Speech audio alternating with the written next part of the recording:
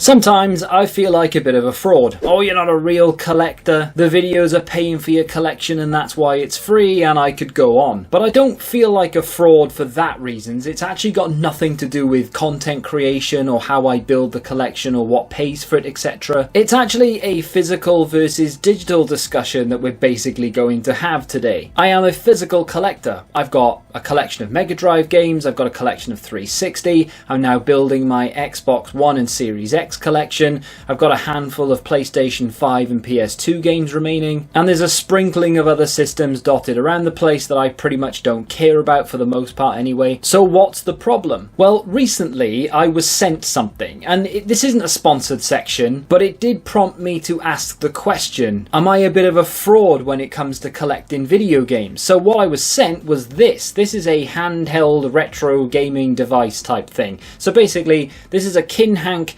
K36, I think it's called. It's not sponsored in any way. They have sent it to me for free, obviously, but I'm under no obligation to show you it or anything like that. Don't need to make a video. The link is down below if you want to check it out, whatever. My point is, I've been playing this, not a lot, but a fair bit recently, and before that, they actually sent me something else months and months and months ago, maybe even a year ago at this point. It was a retro, like, game station kind of thing that you plug up to the TV, and I showed it off in a video. There was hundreds and thousands of games on there, and I spent a lot of time playing some video games that I didn't own, but I spent even more time playing games that I already own. So what the hell was the point of that? More than anything, it comes down to convenience. I have a box that I can hook up to the TV that I can play any game that I want, realistically. And I have one of these, which means I can play it handheld whenever I want as well. And there is a charm to the original hardware. Sitting down with the original Mega Drive cartridge on the original Mega Drive console, playing it on a CRT, just has something you can't replicate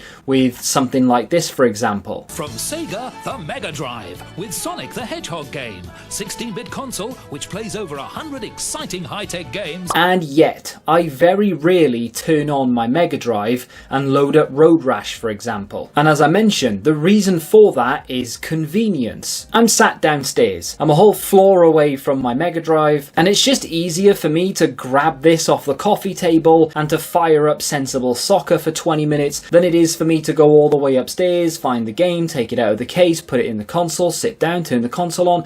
You get the idea. It's first world problems in a nutshell, I know it is, but I find myself doing it more often than not. And that brings me into the modern era as well. Recently, I picked up a Series X console, for reasons that I go into in detail in another video that I will link for you somewhere. It'll either be at the end of this video, description, whatever. It's somewhere on the channel, and it's one of my most recent. I've started picking up Xbox One and Series X games, and of course I've got a big back catalogue of 360 games I need to get through, most of which are backward compatible with the Series X. I've had the Series X for about 2 weeks at this point, and I have played one physical disc game on it. And I've played it to completion, and it was the Aladdin, Lion King and Jungle Book collection. And I say completion, I finished all of the Aladdin achievements and the gameplay that I need to do there. I'm now working on the Lion King side of things. That is probably one of the hardest games I've ever played. If you know, you know. So it's taken me a long time to get through it. But funnily enough, of course, those are games that are on the Mega Drive, and yet I'm sat downstairs playing it on the Series X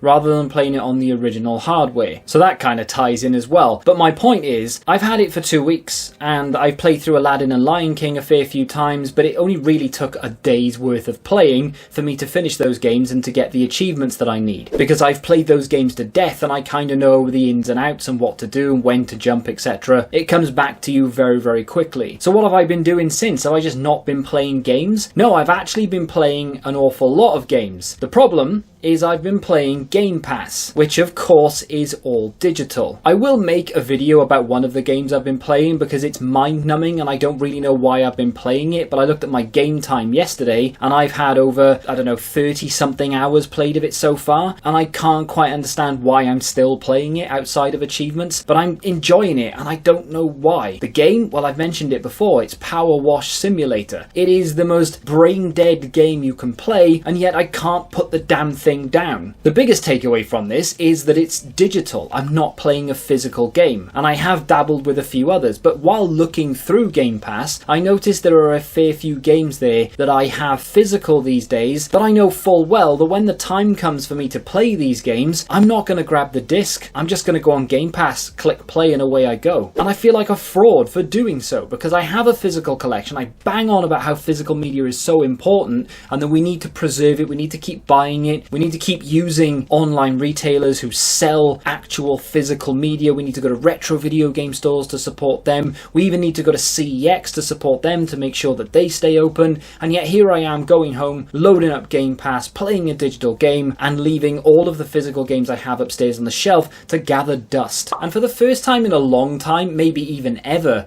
the other day when I was in CEX and I was looking at which game I wanted to pick up, I picked up a game that I knew was on Game Pass, but it's a game that I don't own, and it's a game that I want to play. And I was actually stuck in a bit of a conundrum. Do I spend the credit on this game, even though I know I can go home right this second and play it on Game Pass, and I don't need to buy it physical? And that's when the cog started turning.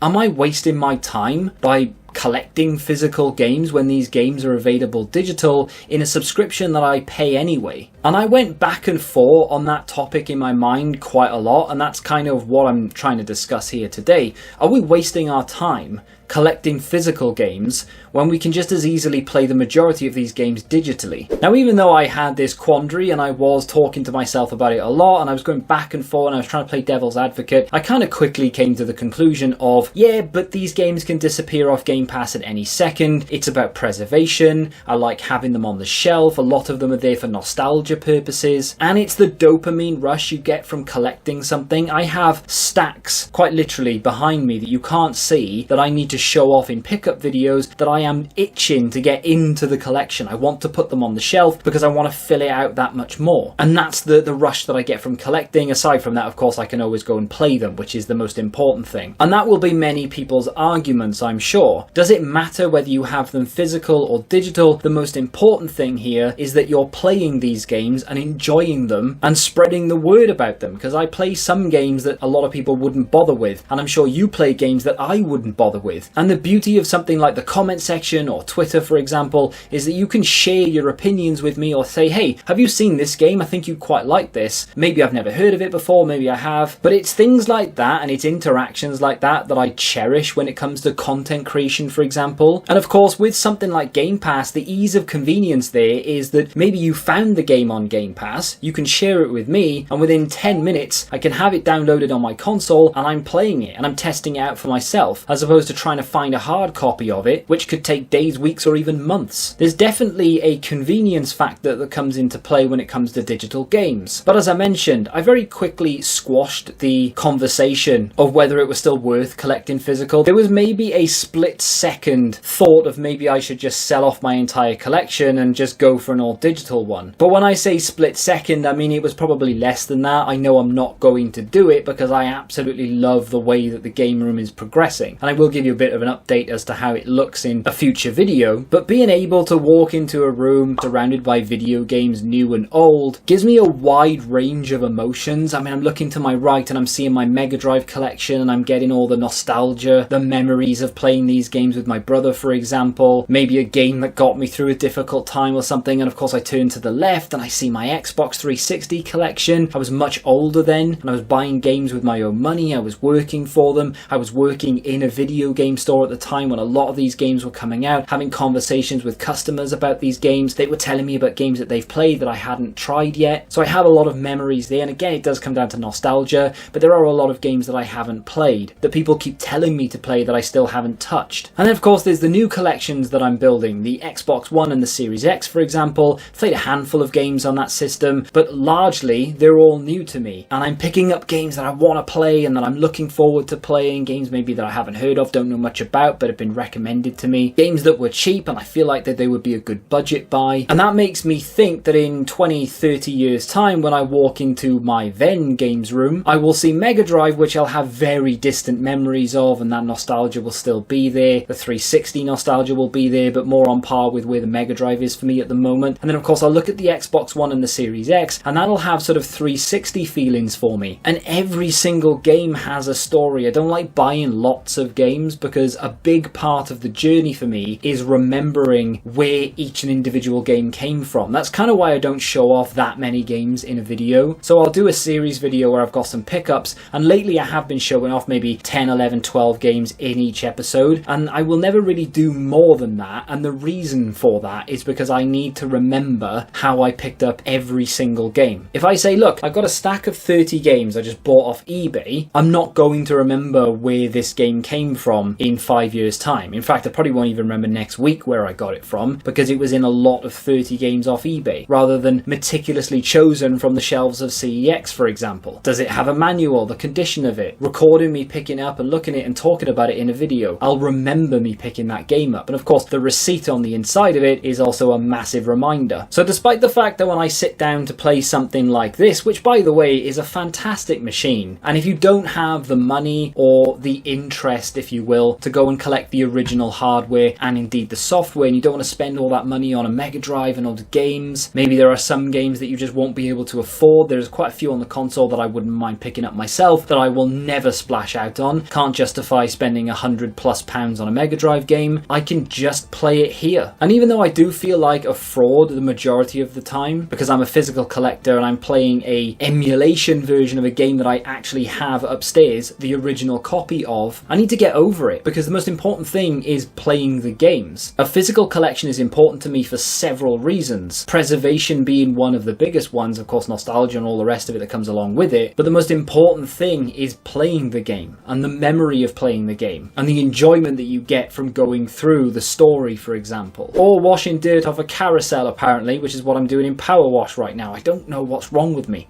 As I've mentioned, there are plenty of reasons why I want to and I do collect physical media. One of the biggest scares for me when it comes to digital media is the fact that it can just disappear at any time. There is actually a section on every subscription service that I have, so Netflix in particular, but of course even on Game Pass, which is far more relevant to what we're talking about here, there is a section which says leaving soon or limited time on Game Pass, for example. These are the games that will no longer be here in a week or two. And of course it is likely that they will return at some point, but you just don't know when that will be. So for example, with Game Pass, I can't remember what it was. I'm thinking Just Cause, but I can't remember what it was. There was a game leaving soon. So say you want to play it, you download it, you get through, I don't know, 50% of the game, and bang, it disappears. Well, it's gone now. Despite the fact that you've downloaded it, it's gone. You can't play it anymore until it returns to Game Pass and you are granted access to it once again through the license. But of course, if I have it physical, I can just pop it into the console and I can play it however and whenever I want. And of course that does go hand in hand. Well, if you buy it digitally, you can do the same. You can play it whenever you want. But there is a risk that that license will be revoked for any reason at any time. It's unlikely Microsoft are going to go bust tomorrow, but if they do, what are you going to do? All of your game library has now completely disappeared. Potentially, of course. There may be safeguards against this, I really don't know, but I would rather not run the risk and just have them physical. And that's the biggest draw for me when it comes to physical.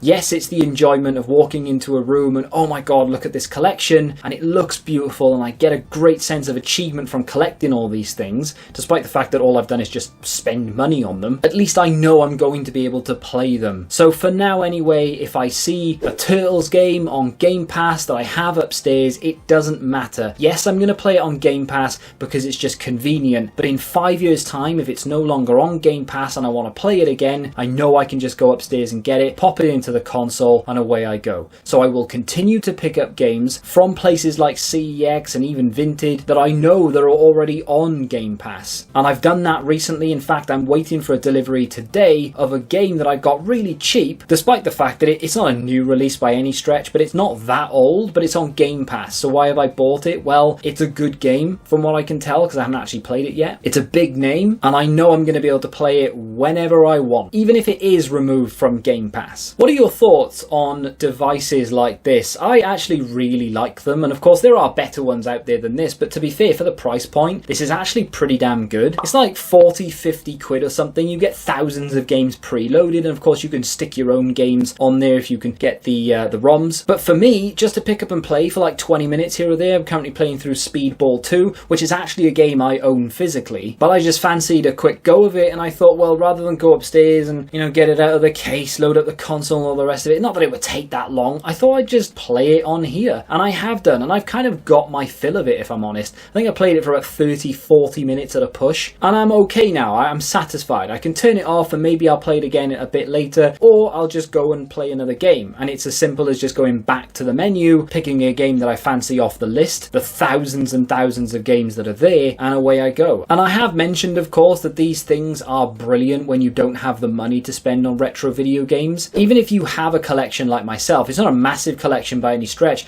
It's sort of curated to my taste. I don't just buy anything on the Mega Drive. I have to like the game, have nostalgia for it, or actually want to play it. But I don't have an endless pit of money. So when it comes to a game that I want to play that I can't afford to buy, or can't justify spending the money on, I know I can just pick up my retro video game handheld and just play it on there. And it might not even be worth the money. There are so many games out there that are just really expensive for no reason whatsoever. So I throw the question out to you when it comes to things like retro video games specifically here. Do you have a device like this, or have you ever considered picking up something like this? Maybe not a handheld, or maybe something slightly bigger, or maybe even something that you hook up to a TV. Would you have a problem playing video games like that as opposed to playing them on the original hardware? Don't get me wrong, I love the original hardware. We're just in that era of convenience. Part of it is down to just being lazy. How many of you buy digital games despite the fact that you collect physical? I don't think I could quite bring myself to spend money on a digital purchase that isn't something like Game Pass, for example, but I would never go on the store, look for a game and go, yeah,